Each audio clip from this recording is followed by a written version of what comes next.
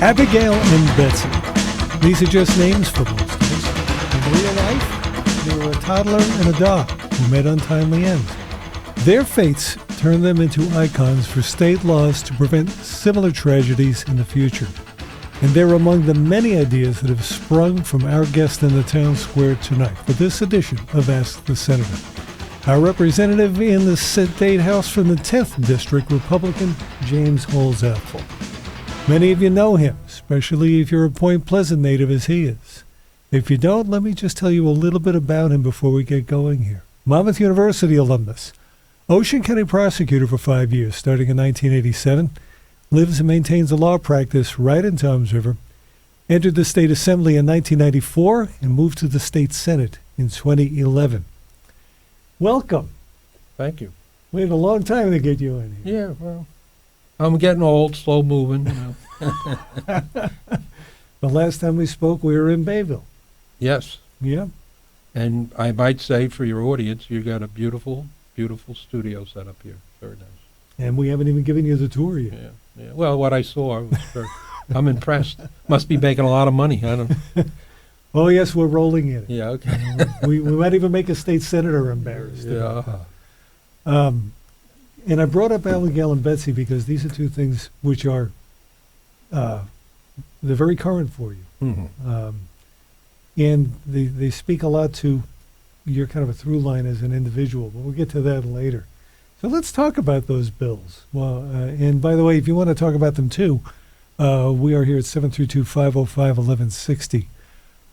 Abigail's law revolves around a tragedy involving a toddler and a school bus. And if this law is effective, it won't happen again. It took 13 years for this thing to gestate into enactment. I thought that would be a no-brainer. What do you think took that long? Well, I don't pretend to know the complete history. When I heard about the incident, it brought me back to a tragedy right here in Ocean County when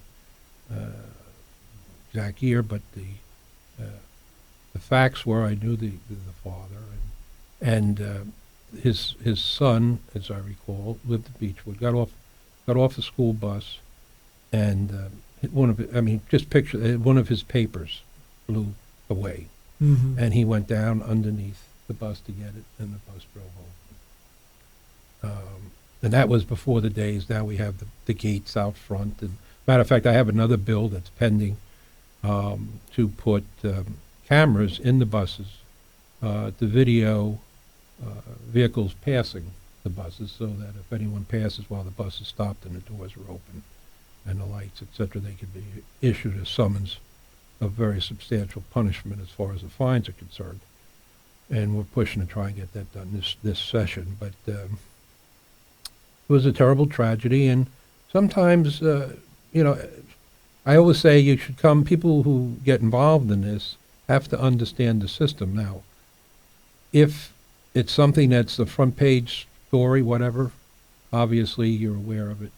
But something that's happened years ago, that's where lobbyists and people coming to committees makes a difference. We had most recently this past year, a bill that I co-sponsored. Actually, I'd seen it in Florida, the move over law that's now on the books, where this trooper was out doing something with a vehicle and doing an investigation on the ramp and up on I-195. Right, and Florida had a move over law, which said that if you could move into the next lane, that you should do so if there's an emergency vehicle on the shoulder. Simple, not anything that should sound too controversial, but his mom was out there pushing. She goes to schools. She talks about it. Mm-hmm. She gives out stickers. She's been a guest here many times. Oh, okay. Yeah. So that's, sometimes how things have to be done. But oftentimes it's something you read, something you hear about, no matter what the fact pattern is, whether it's dealing with the safety of our children, whether it's the safety of our pets that we love. In some instances, some people love them as much as children. whatever the issue might be, if you hear about it and it makes some sense, then you put a bill in. Then the question becomes, who's against the bill? Mm-hmm. And I'm always surprised sometimes. I remember when I finally became law, there was a chief of police had been shot, retired, in a graveyard cemetery where he was assisting two women that were being assaulted, and he was shot there, and ended up, and I sponsored a bill, got it passed, to permit retired police to carry a weapon. Mm-hmm. Some of the resistance came from some police officers. Why? Because since they're armed, they could work other jobs after work as an armed guard or what have you. That would enter as a loophole in that law. But that's, you're surprised that, hey, some of the resistance comes from the last person you might think would resist. Yeah. Because everybody has a different possible priorities, and depending on whose calf is being gored, you hear from a lot of groups that you're surprised because you think it's as you said, a no-brainer. But there are a lot of different things out there that give people reason to resist change. Yeah, and at the same time, you bring up a very good point, especially about the move over law and about Abigail's law, which I want you to explain a little bit more because not everybody understands what it is yet. But legislating common sense. I mean, like when I learned to drive, I learned to get out of the way of anything with a flashing light on it. But that it isn't a universal thing. No. And it's just one example. I mean, is it a question of understanding that people are brought up different ways, people have different sets of morals, moral compasses, different ethos that they live by, and different sets of standards that they follow. Like, I don't have to follow that guy.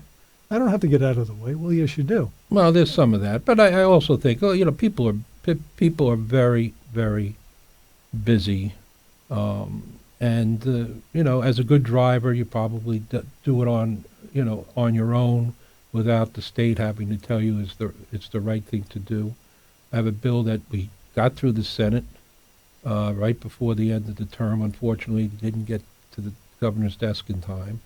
That says if you're stopped by a police officer and your lights are on, meaning it's night or raining, you're required under this law, if it's passed and signed, to turn on your inside light for the officer's protection and for your protection. Now, does that sound like a crazy idea that, you're going to have to turn the light on probably anyway to find your registration and license? And we're not out to punish people. It's, I think, a $50 fine if you refuse to do it. But at the end of the day, to some degree, it brings people, makes them think. And eventually, hopefully most of them will, do what they have to do to not get the summons and or be a good citizen, quote unquote. But now, has that been signed? No, that didn't. We got it through the Senate, but we didn't get it through the Assembly in time for it to get to the governor's desk. But I've reintroduced it, and I anticipate.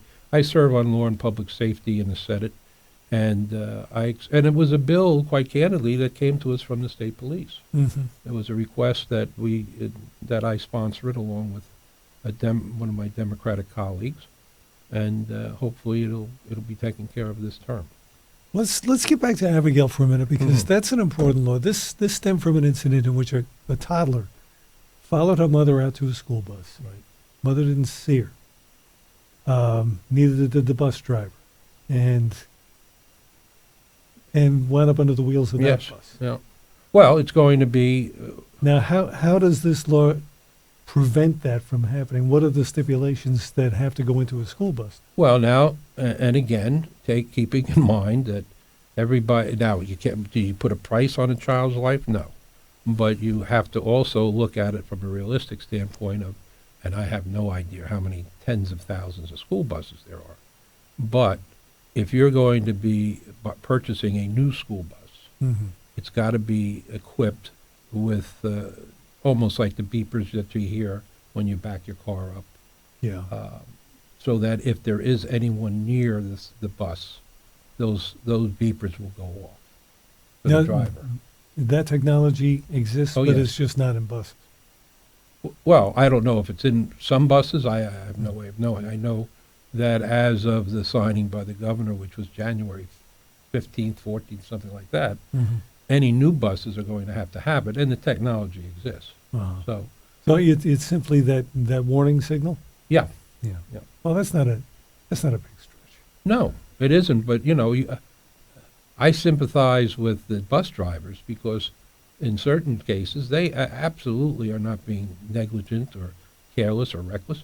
They just don't know. They don't see the kid crawling No, under the bottom of under the bus. of course not. You And know, they have a schedule to keep. They're Yeah. under pressure. right? They have to get kids to a certain place within a certain time. A lot of times they have to wait because kids just coming out of the house. Yeah, There are so many obstacles that they've got to overcome. They're not thinking about somebody might be under the bus. correct. And no way of knowing, without getting up and getting out, which isn't going to happen. No, they've got the mirrors up in up. Yeah, but like the front. poor child that I was speaking of, he went under the back wheels to get his papers. Yeah. And I don't know if the mirrors would have helped. No, the mirrors wouldn't have done anything about that. In the town square tonight is Senator Jim Holzapfel of the 10th District, which pretty much hugs the shore, doesn't it?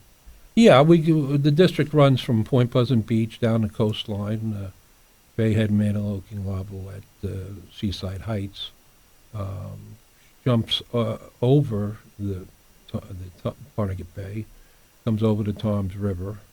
We, of course, then have Brick and new to the district since the last redistricting, which is done at the turn of each decade.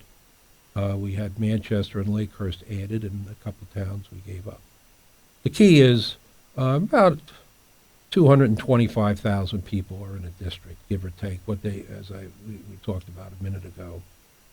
There's 8.5 million people in the state. They divide it by 40. They come up with a number, and that's the number that each district should have, approximately. Some of them are going to have less, some of them are going to have more, but in that range. Sometimes the district's a hash. Yeah, well, it's tough. There's a lot of maneuvering. We're going to step out for a second. We'll take a minute here to recollect everything, and then we'll be back. Stick around. It's Senator Jim Holzapfel on Ask the Senator tonight.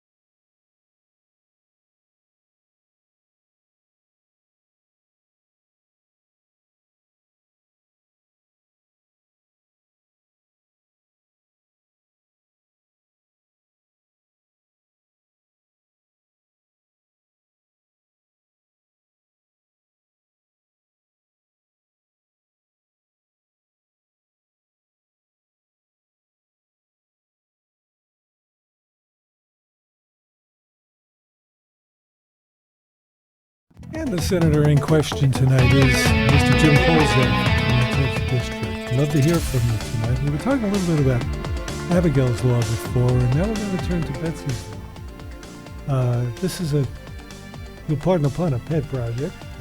And it also stems from a needless incident in which a dog was in a cage in a clinic overnight, tethered, and wound up tangled in its own leash and essentially strangled itself. Right. Betsy's Law has just been enacted. Yes. Well, yeah, it was this past summer, I think. Yeah. I'm sorry. Past summer or this in the fall. Within but the last 6 Oh, months, yes, yeah.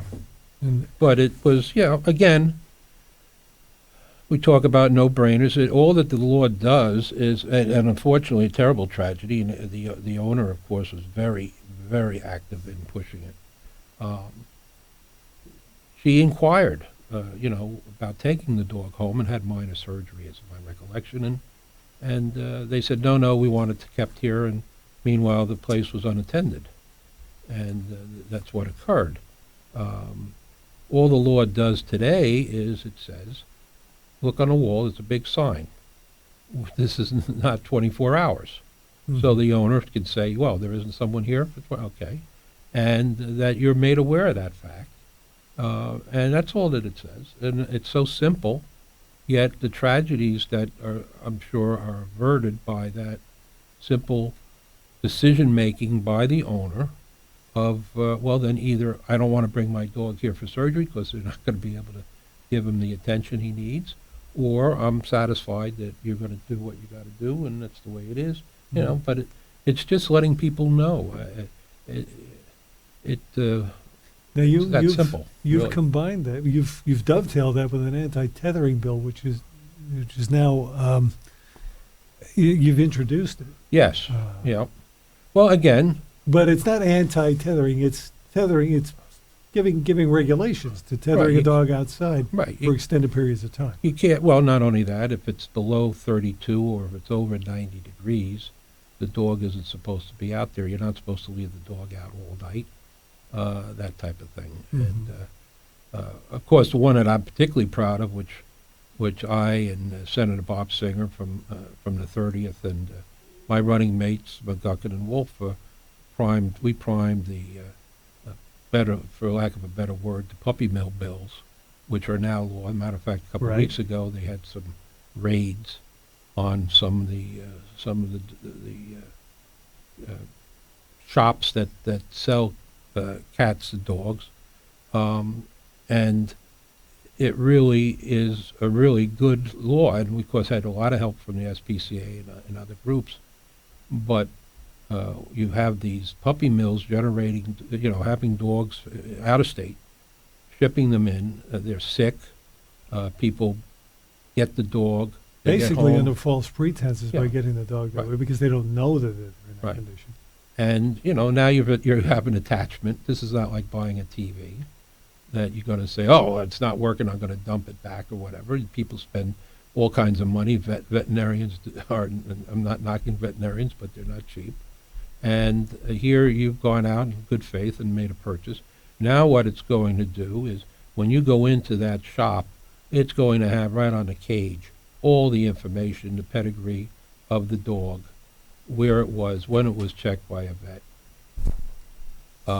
Anything that you would want to know has got to be there, that it's come from a licensed breeder, etc. So We have a call? Okay. We have a call for you, Senator. Steve in Point Pleasant Beach. Slap on those headsets there. Let's listen. Okay? We've been going without headsets all this time. All right. Steve in Point Beach is on the line. Welcome, Steve. Welcome to Ask the Senator. And what is your question tonight? He didn't stay on the line? Okay. In that case, then we can go back to normal. All right. Here's the question from Stephen Point Beach. Mother in Leisure Village, and the maintenance fee is very high. I'd like you to talk about the bill that you have in place regarding this. That's a very good question. I'm sorry you didn't hang on for it. Well, In anyway. any event, what's happening, of course, with the economy being what it is, and of course, in my district, we have Manchester and dozens of senior developments, as well as in Toms River and other places. But what's occurring is with the problems with foreclosure, you're having people just basically abandoning the home, or possibly they've passed and the family, they can't sell it. Mhm. Prices are so depressed, they may exceed the mortgage. Yeah. So what they do is walk away. Well, these developments all work, they're condominiums, and everybody has a piece of the maintenance of the entire parcel. So when you pay your maintenance, that pays for maintaining the sidewalks, mowing the lawn, depending on what benefits you have from that particular development. But if you make it simple, you have 100 homes. If 10 of them are no longer paying the maintenance fee, the other 90 homes have to pick up the freight for doing whatever those other 10 should have also been helping to pay for. Mhm. And unfortunately, with the economy, as I say, there's many, many instances where these homes are basically being abandoned and not maintained, and the homeowners association has to pick up the freight.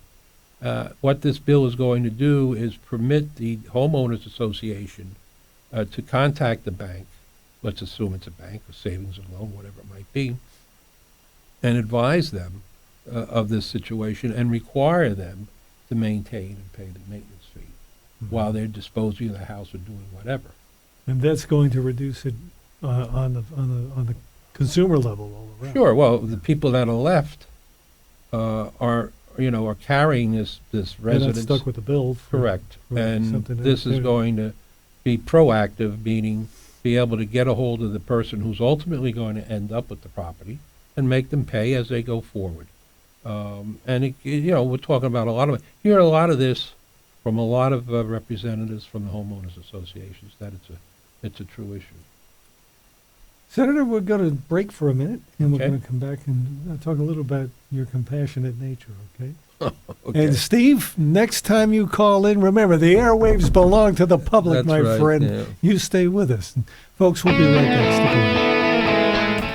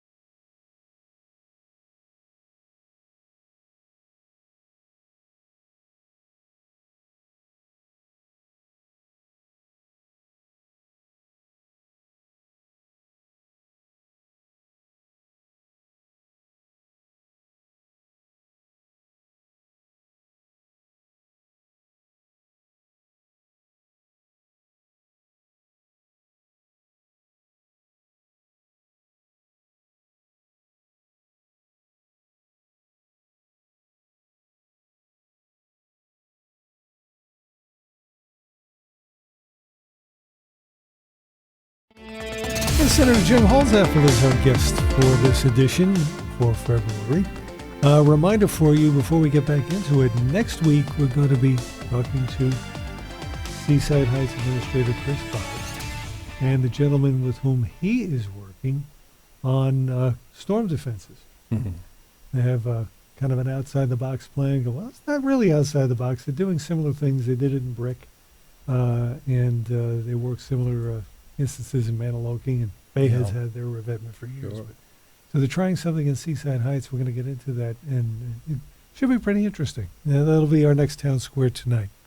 Senator, I always only have kidding about your compassion. You know, I mean, just Abigail's Law and Betsy's Law are just two examples of that. But what does it do to you, since knowing that you have enough in you to create a law that protects animals in this way, the tethering bill, Betsy's Law? What does it raise any conflict inside you when you see someone who has so much compassion that they wind up storing animals they cannot possibly take care of, and then wind up on charges? Yeah. No, it breaks my heart to see that for the animals and for the person, because I know that there's a good heart under there. Nobody keeps animals with the idea of torturing them. Well, no, there are some people out there that do that. Somebody's going to do that. Yeah, absolutely. No, it's very, I always used to. When I was prosecutor, there would be some terrible tragedy, a murder, or a child injured, or whatever. And I always tell this story because it really brought home to me how. And I mean, I'm a pet, have been a pet owner for most of my life, but I pulled up into a bank drive-through window, and the girls in the bank knew who I was. The bank is long since gone, but they said, "You're the county prosecutor, right?" I said, "Yeah." She said, "Oh, we have a petition that we're going to send out to you."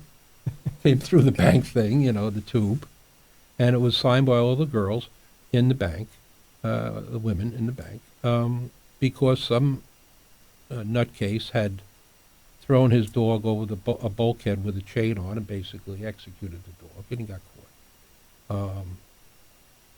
And it gave me, not that they were, I appreciated, understood it, but in all the years that I was in law enforcement, both as an assistant prosecutor and then as a county prosecutor, I never had any. It could be 3 children killed or whatever. Never got, yes, people contact, but not in that fashion. So kind of brought home how important these animals are. They're members of the family, and people are very, very much up in arms when you have instances where dogs, cats, whatever, are either tortured, mistreated, etc. And I understand what you're talking about as far as people who can't handle what they have, and that's another issue. But at the end of the day, animals are very, very important. They're family members. People will spend whatever it takes to try and help their animals. And matter of fact, one of the bills we've got pending is one that's going to create. I was one of the sponsors for Megan's Law way back in the 90s. I remember that well. And also getting it on, actually got a constitutional amendment to permit that list to go on the internet, because the federal district court wouldn't let us do it. But we have one where we want to come up with an abusers registry, so that if you have a conviction for animal abuse, you're going to be kept on a registry just to say you're not permitted to have any more animals. Mm-hmm. So, we'll see. We'll see. What we do is, we don't just do, I'm not just here for the ASPCA. No. You know what I'm saying? No, we do a lot of things. No, we have to get a lot covered. Yeah. In fact, we're going to move to that. And thank you, Linda from Freehold, for your message. She sent us a note here. Her concern is Barnegat Bay, and I know that you have Barnegat Bay Protection Act. Yes. Her question, she's concerned about wildlife. She wants to know how you can maintain it, keep it clean. This is an ongoing struggle. Yep. We have the fertilizer bill, which is already in. Yep. But Tell us about the Barnegat Bay Protection Act. What would that? Well, it's going to do a lot of things if we can get it, and of course we have support from Save Barnegat Bay. Matter of fact, a lot of the ideas are theirs. It covers, and by the way, I lived on a canal in Point Pleasant, and always had a boat, and can remember Barnegat Bay when you could go out there in the fall or early spring. There was very few boats on the water. It was a different time. Now with the development and housing, what we're trying to do is get to the source of what the experts tell us are part of the problem. The makeup of the fertilizer, the fact that as a kid, I am dating myself. Most people who lived along the water, a lot of people had crushed clamshells and whatnot, gravel. Right. Now you go out on a boat and you see lawns right down to the bulkhead. Right. That all And they're get fertilized. They're Yep. perfectly green. And when it rains, where do you think all that stuff is going? It's going right into the bay. Phosphorus, major problem that creates some of the issues we have with the various plumes that develop. The jellyfish population. For the last 28 years before I moved downtown Toms River, I lived on Silver Bay, and it was great. My kids grew up crabbing, swimming, water skiing. A lot of that stuff is going because of what's happening with Barnegat Bay. And of course, it's, in my humble opinion, it's attributed, a lot of it, to the growth along the water. Now, I lived on the water. It's a great thing. So we've got to kind of accommodate the fact that people like living on the water with the fact that there should be some regulation as to what is being done, even to the point where we have legislation about the types of vegetation that should be grown near the water, which is, again, recommended by the people who are experts. I mean, everybody, I'm a lawyer. I'm not an expert in a lot of things, certainly. And the beauty of the system is that these people come to you with the information, explain why it's important, and if it makes sense and it's something you can do to make things better, then you try and do it. But this is a perfect example of that, where you reach out and find out what it is that we can do to try and help in our own way. Now, I know the county does a good job with the storm sewers and things like that, all those issues, but it's going to be a group effort, and I think a lot of it deals with education, because if you're on the water, certainly you do not want to pollute. Even coming down, let's get back to the animals, back to people cleaning up after their animals, because what happens goes in the storm sewer. Where does it go? Into the bay. Mm-hmm. And everybody can do a little bit. It's kind of like the issues we had years ago with recycling and educating people how important it was to recycle and do things. And I think it's something that can help, but at the end of the day, the Barnegat Bay, unfortunately, I think is going to need a lot of help. And it's a tremendous asset, but at the same time, it's something that has to be cared for and nurtured.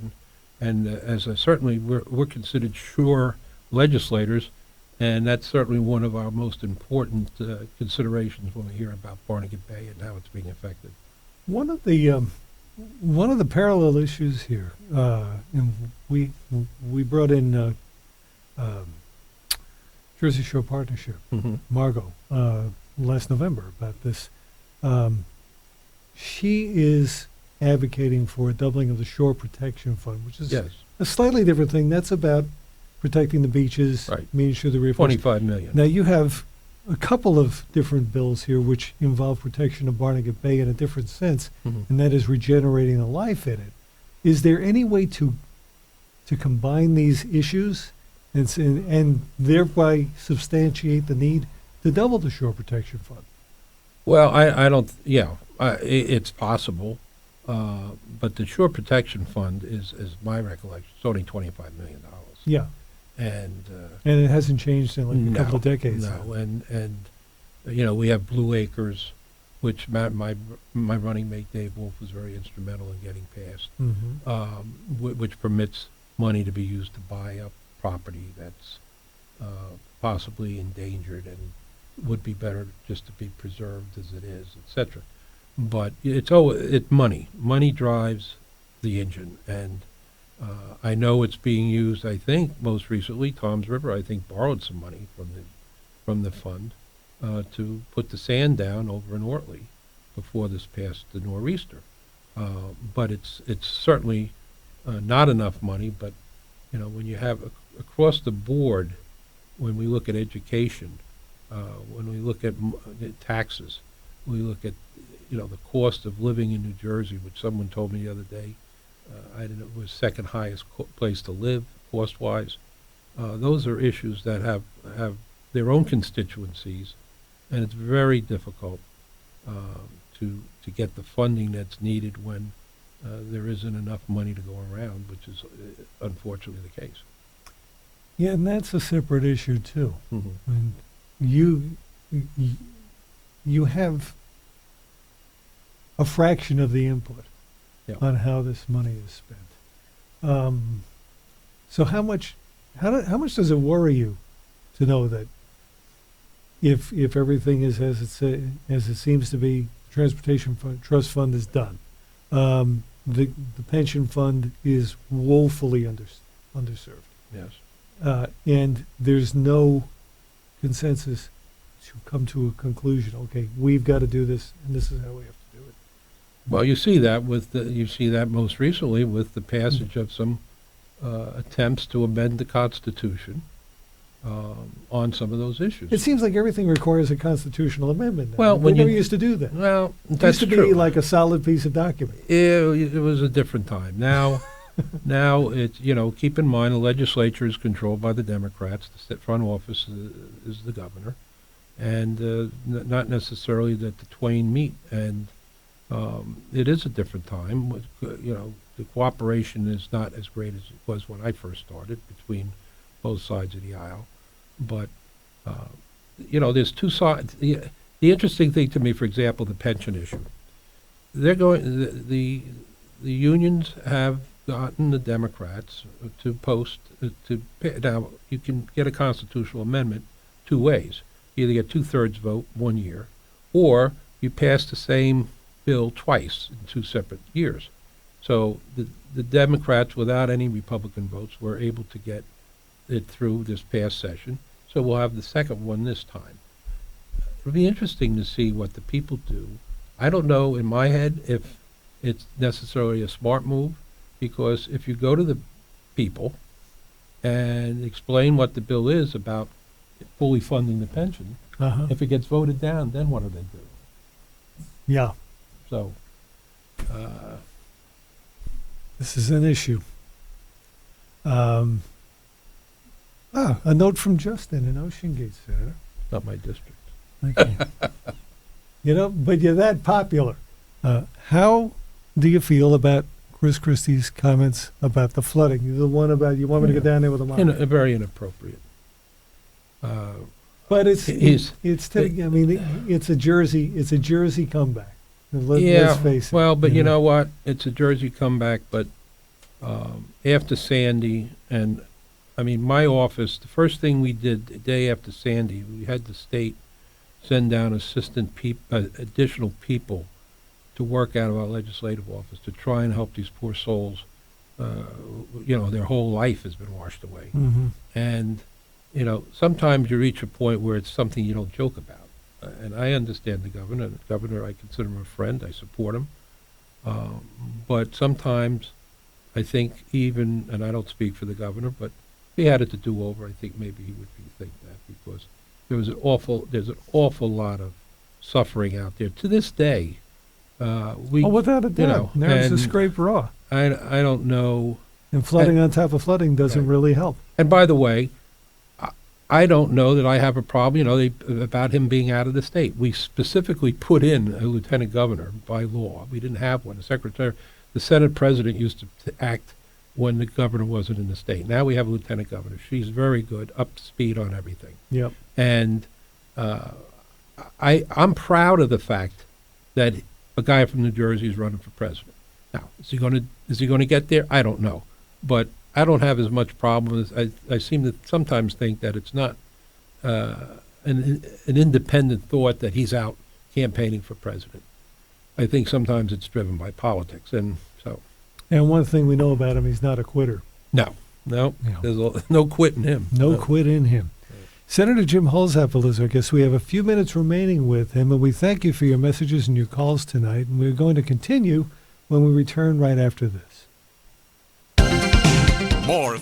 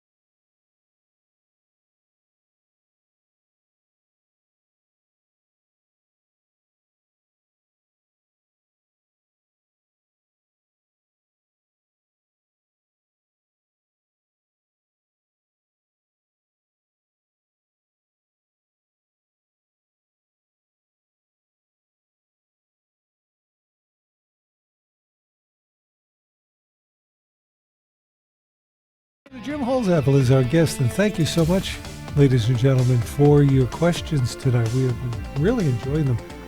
And I wanted to turn to another sore issue. We talked about money in the State House, where there isn't.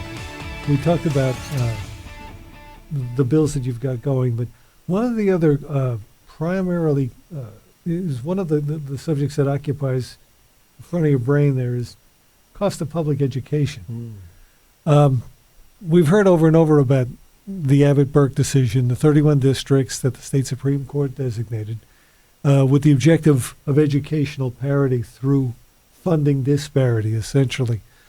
Now, in 2008, under the Corzine administration, there was a bill that was designed to reshape funding for more equitable distribution.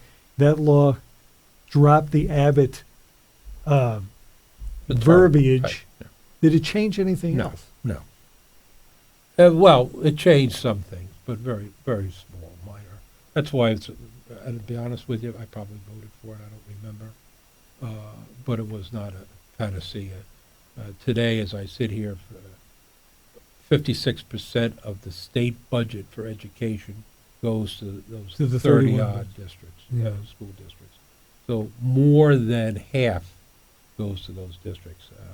It's the suburbia gets punished. They get punished for doing a good job. The Toms River system, the BRIC system, where they, their per pupil costs, and the numbers are, in my head, but what they are today. But they may be spending $8,000 or $9,000 a student. You go to Asbury Park, they're spending $25,000.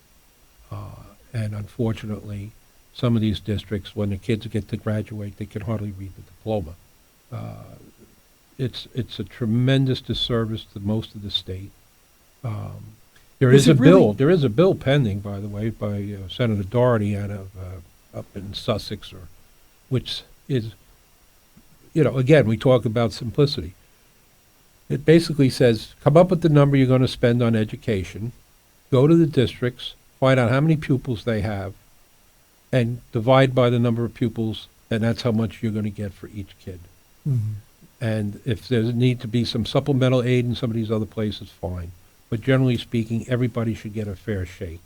And that's not what's happening in New Jersey. It hasn't happened. I mean, the amount of money that's pumped into these other districts, and how did the Supreme Court establish it?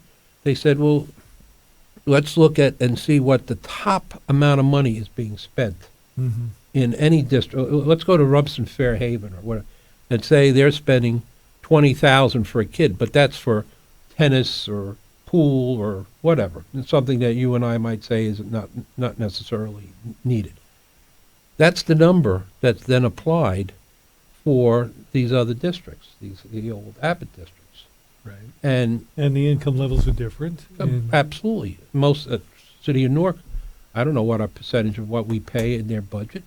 The state kicks money back. Atlantic City. Mhm. Uh, Now, Is it really rational to break it down into cost per student? Isn't it really a question of how a dollar is spent?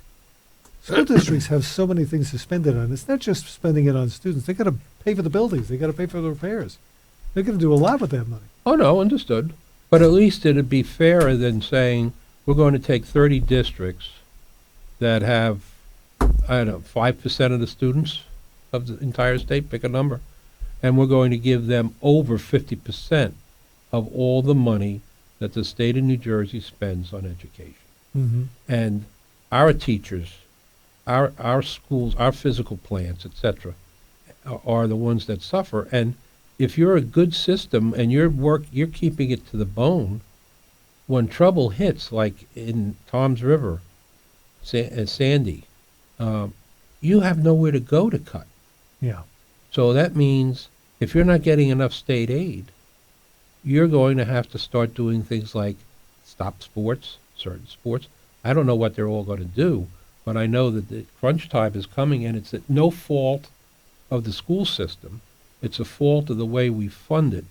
And fortunately or unfortunately, we're not in a position at this point to change it because the cities, the urban areas, their legislators will never, ever vote to change the way the formula is working, in my opinion.